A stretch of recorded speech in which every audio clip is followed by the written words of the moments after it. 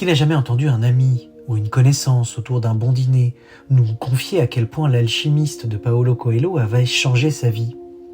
C'est presque devenu un lieu commun. Alors évidemment, loin de moi l'idée de remettre en cause la qualité ou la profondeur de ce livre. Je n'ai rien contre Paulo Coelho, bien au contraire. Mais ce que je veux interroger avec vous aujourd'hui, c'est cette idée. Un livre peut-il vraiment changer une vie? C'est la question que je vais explorer avec vous dans ce nouvel épisode de Noir sur Blanc. Alors, tout d'abord, commençons par la première question, le mythe du livre qui change tout.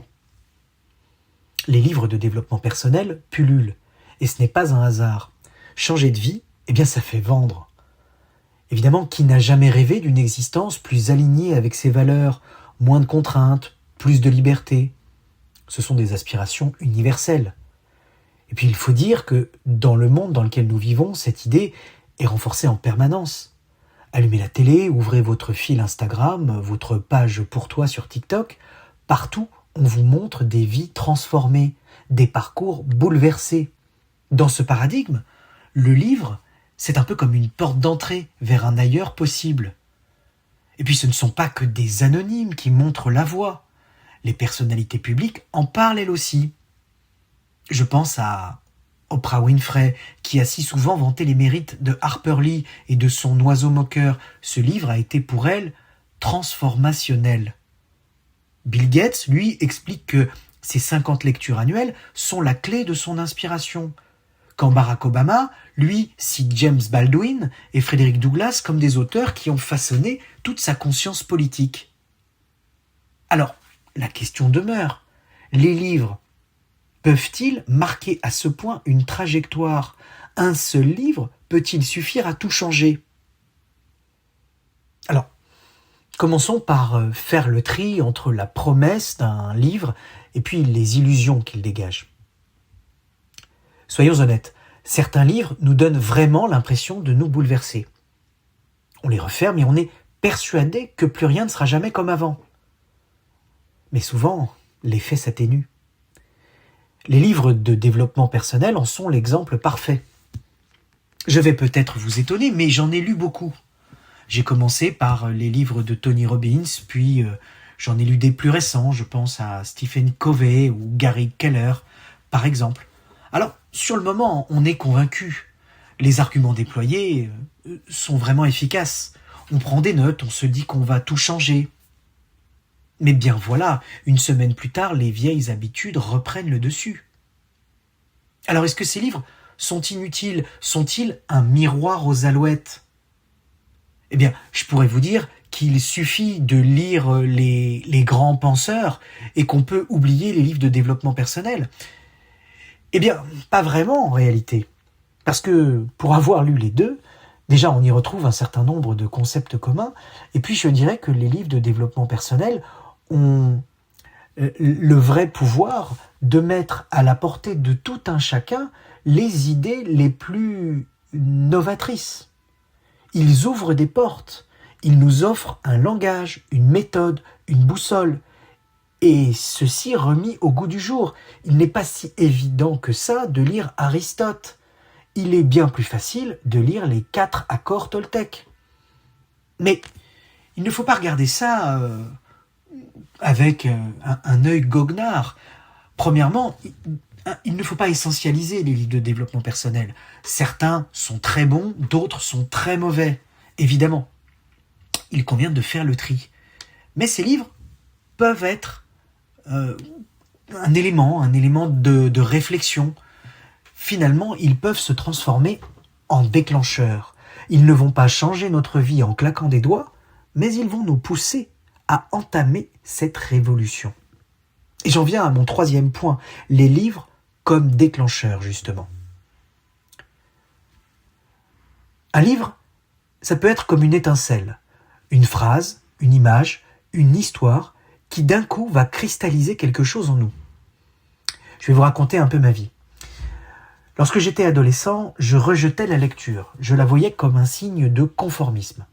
Lire les classiques imposés à l'école ne faisait que renforcer ce rejet. Et puis un jour, tout a changé. Les premiers livres qui m'ont happé Mais ce furent ceux de Stephen King, comme beaucoup d'auteurs d'ailleurs. Christine, Charlie, Cujo, mais aussi les aventures de Sherlock Holmes par le si brillant Arthur Conan Doyle. Là, devant mes yeux, un monde s'est soudain ouvert. Grâce à ces auteurs, j'ai découvert que la littérature était une source inépuisable de découvertes et d'évasion. J'avais enfin trouvé où laisser mon jeune esprit s'épanouir librement. Ce fut un voyage sans retour. Ces livres ont été pour moi de véritables déclencheurs. Ils n'ont pas changé ma vie au sens strict, mais ils ont changé ma vision de la lecture, et c'était déjà énorme. Ça allait devenir la première de mes passions. Alors, inspirer le changement, c'est bien, mais ça n'est que le début de l'histoire. Il faut aussi avoir une force motrice qui nous invite à agir plus nettement. Ainsi, d'autres livres plus tard ne se sont pas contentés d'élargir mon regard. Ils m'ont poussé à l'action.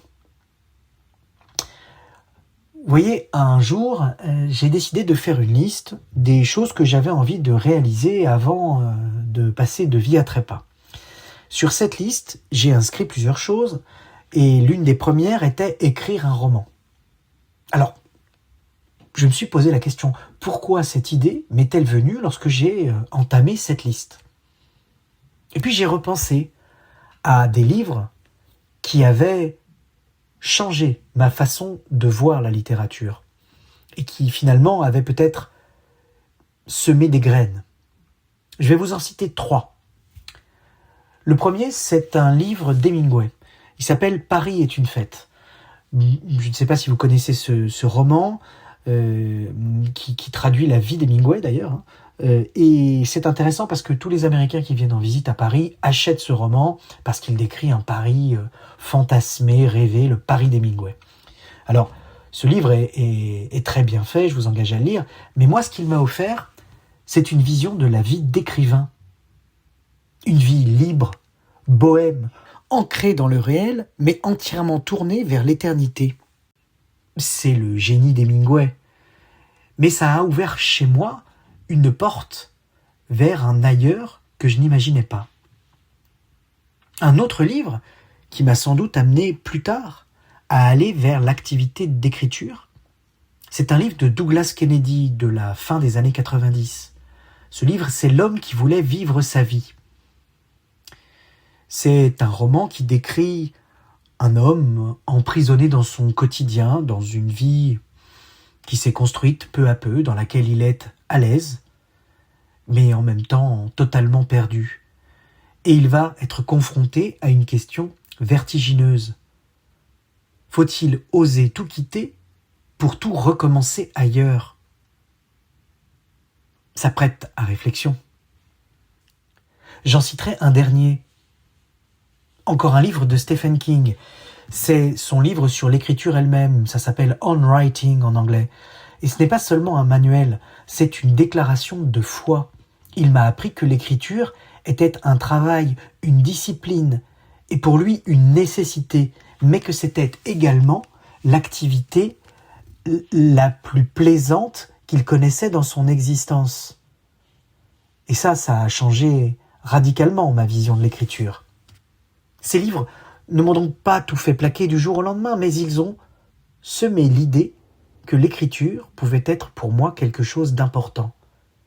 Ils m'ont en fait poussé à agir. Au-delà de ces livres qui m'ont quelque part mis le pied à l'étrier, il y a un certain nombre d'ouvrages qui m'ont aidé à construire ma vision de la littérature et de ma pratique de l'écriture. Je vais en citer plusieurs qui, vous allez le voir, m'ont permis d'appréhender différentes facettes du métier. Je vais en citer un, tout d'abord, qui est un livre français de science-fiction. Ce livre, c'est La planète des singes de Pierre Boulle, une claque. Et je suppose que vous connaissez La planète des singes, du moins la série de films hollywoodiens qui en a découlé, mais vous connaissez peut-être moins bien l'œuvre de Pierre Boulle. Moi, j'ai découvert l'univers de La planète des singes à travers ce livre, il y a très longtemps. Ce n'était pas seulement un livre de science-fiction. Pour moi, je l'ai vu comme une véritable fable philosophique. J'y ai compris qu'un roman pouvait être un véritable miroir de l'humanité, aussi cruel que lucide. Ça m'a permis de voir que l'écriture pouvait non seulement raconter une histoire, mais porter un message, une intention, qu'elle pouvait être plus qu'une écriture elle-même. Deuxième auteur qui m'a aidé à forger ma pratique, c'est John Grisham. Alors John Grisham, vous le savez, c'est un auteur de thrillers juridiques, donc de véritables page-turners. Il a écrit La Firme, L'Affaire Pélican. Et avec la lecture de ces livres, j'ai appris la mécanique du suspense, l'art de tenir un lecteur en haleine. J'y ai compris qu'au-delà du style, il y avait une responsabilité de l'auteur. La responsabilité de captiver son lectorat. Et là-dedans, faut bien le dire, John Grisham excelle. Et puis il y a le style lui-même. Que pèse le style dans un roman ? Je vous l'ai dit juste avant, la mécanique du suspense tient une place extraordinairement importante. Ben oui, mais le style aussi. Et c'est d'autres livres, je pense par exemple au Dahlia Noir de James Ellroy dans l'univers du polar, qui m'ont appris ça. Le Dahlia Noir, c'est un style haché, radical. Il est le miroir de l'Amérique crasseuse et sublime que décrit James Ellroy. Ce livre, il m'a montré l'importance d'assumer une voix singulière, une voix sans aucun compromis. Dans cette même veine, il y a d'ailleurs Voyage au bout de la nuit de Céline, un livre qui est très souvent cité comme transformationnel lui aussi. Moi, ce qu'il a transformé en moi, c'est ma vision du style. Un style incroyable, brutal, inimitable. Alors, Céline est décriée par bien des aspects pour ses idées. Mais bien, faut quand même l'avouer, sa langue bouleverse. Elle vous secoue jusqu'aux tripes. Ses lectures, et bien d'autres, elles ne m'ont pas changé, encore une fois. Elles ont ajouté des couches successives à l'auteur que je suis devenu. Un autre élément que je voudrais aborder avec vous, c'est les livres comme compagnons de vie. Les livres, ce ne sont pas que des œuvres d'art pour moi. Ils sont utiles en permanence. Ils sont une véritable boîte à outils. Personnellement, mon premier réflexe quand je m'intéresse à un sujet, c'est de chercher un livre. C'est presque magique. On a accès à l'expérience des meilleurs esprits de chaque discipline simplement en poussant la porte d'une bibliothèque. C'est quand même extraordinaire. Et cela m'a accompagné toute ma vie. Pour apprendre à écrire, j'ai lu John Truby, Robert McKee, Yves Lavandier. Pour apprendre à penser, j'ai lu Spinoza, Sartre ou Marc Aurèle. Pour m'organiser, je me suis plongé dans Covey, David Allen. Et puis pour mieux me comprendre, dans Freud et la psychanalyse. Je vous cite des exemples de pratiques un peu abstraites, mais dans le concret c'est pareil. Ce qui m'a appris à jouer de la guitare, à comprendre la physique, à coder sur un ordinateur, ce sont des livres. Des livres comme guide. Et c'est peut-être ça la vérité. Ce n'est pas un livre qui change une vie, mais une bibliothèque entière, construite au fil du temps, qui façonne un être humain. Un dernier point que je voulais aborder avant de conclure, c'est que les livres qu'on lit, parfois on les lit trop tôt, on ne les comprend pas, on les referme, on les redécouvre plus tard. Lorsqu'on lit la liste des livres qui ont transformé la vie des gens, parfois on les ouvre et on n'y trouve pas son compte. Mais ils étaient peut-être simplement en avance sur nous. Quand le moment est venu, ils se révèlent comme un bon vin. Un livre ne change pas une vie par magie, mais le lecteur, lui, change. Et le même livre peut bouleverser différemment quelqu'un à 15 ans, à 30 ans ou à 60 ans. Alors, prenez votre temps et réessayez. Alors, finalement, le livre peut-il changer une vie ? Vous l'avez compris, je crois que non. Pas un seul en tout cas. Mais il peut être un déclencheur, il peut allumer une étincelle. Et mis bout à bout, ces étincelles forment un incendie. Ce sont les accumulations de lectures au fil du temps qui forgent un être. Pour ma part, ce ne sont pas un, mais des centaines de livres qui m'ont construit. Ils ne m'ont pas transformé d'un coup. Ils m'ont façonné couche après couche. Aujourd'hui, je ne serais pas l'homme ni l'auteur que je suis sans eux.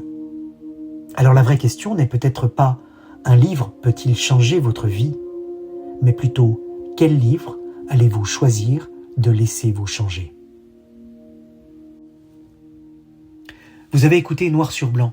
Si cet épisode vous a plu, abonnez-vous pour ne pas rater les prochains. Et surtout, partagez-le avec quelqu'un pour qui la lecture compte. Enfin, n'hésitez pas à laisser un commentaire ou une note dans votre application de podcast préférée. C'est le meilleur moyen de soutenir mon travail. Merci et à bientôt.